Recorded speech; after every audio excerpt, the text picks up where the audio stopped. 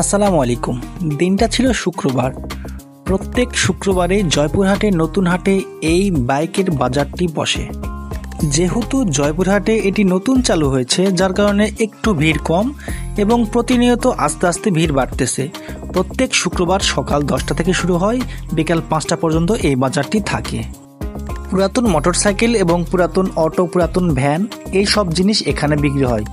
তো প্রতিনিয়ত দেখা যাচ্ছে জয়পুরহাটের ভেতরে এবং জয়পুরহাটের বাইরে থেকে এখানে লোক আসতেছে ক্রয় বিক্রয় করার জন্য। তো মোটামুটি নতুন কন্ডিশন, পুরাতন কন্ডিশন সব ধরনের মোটরসাইকেল এখানে পেয়ে যাবেন। ক্রেতা এবং বিক্রেতা দুজনেই এখানে রয়েছে।